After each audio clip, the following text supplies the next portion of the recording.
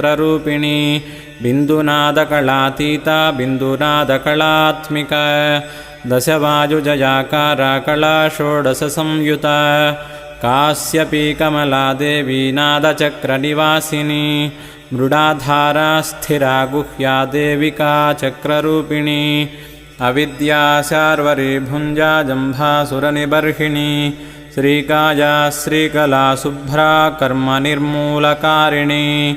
आदिलक्ष्मीर्गुणाधारा पञ्चब्रह्मात्मिका परा श्रुतिर्ब्रह्ममुखा वासा सर्वसम्पत्तिरूपिणी मृतसञ्जीविनी मैत्री कामिनी कामवर्जिता निर्वाणमार्गदा देवी हंसिनी कालिका क्षमा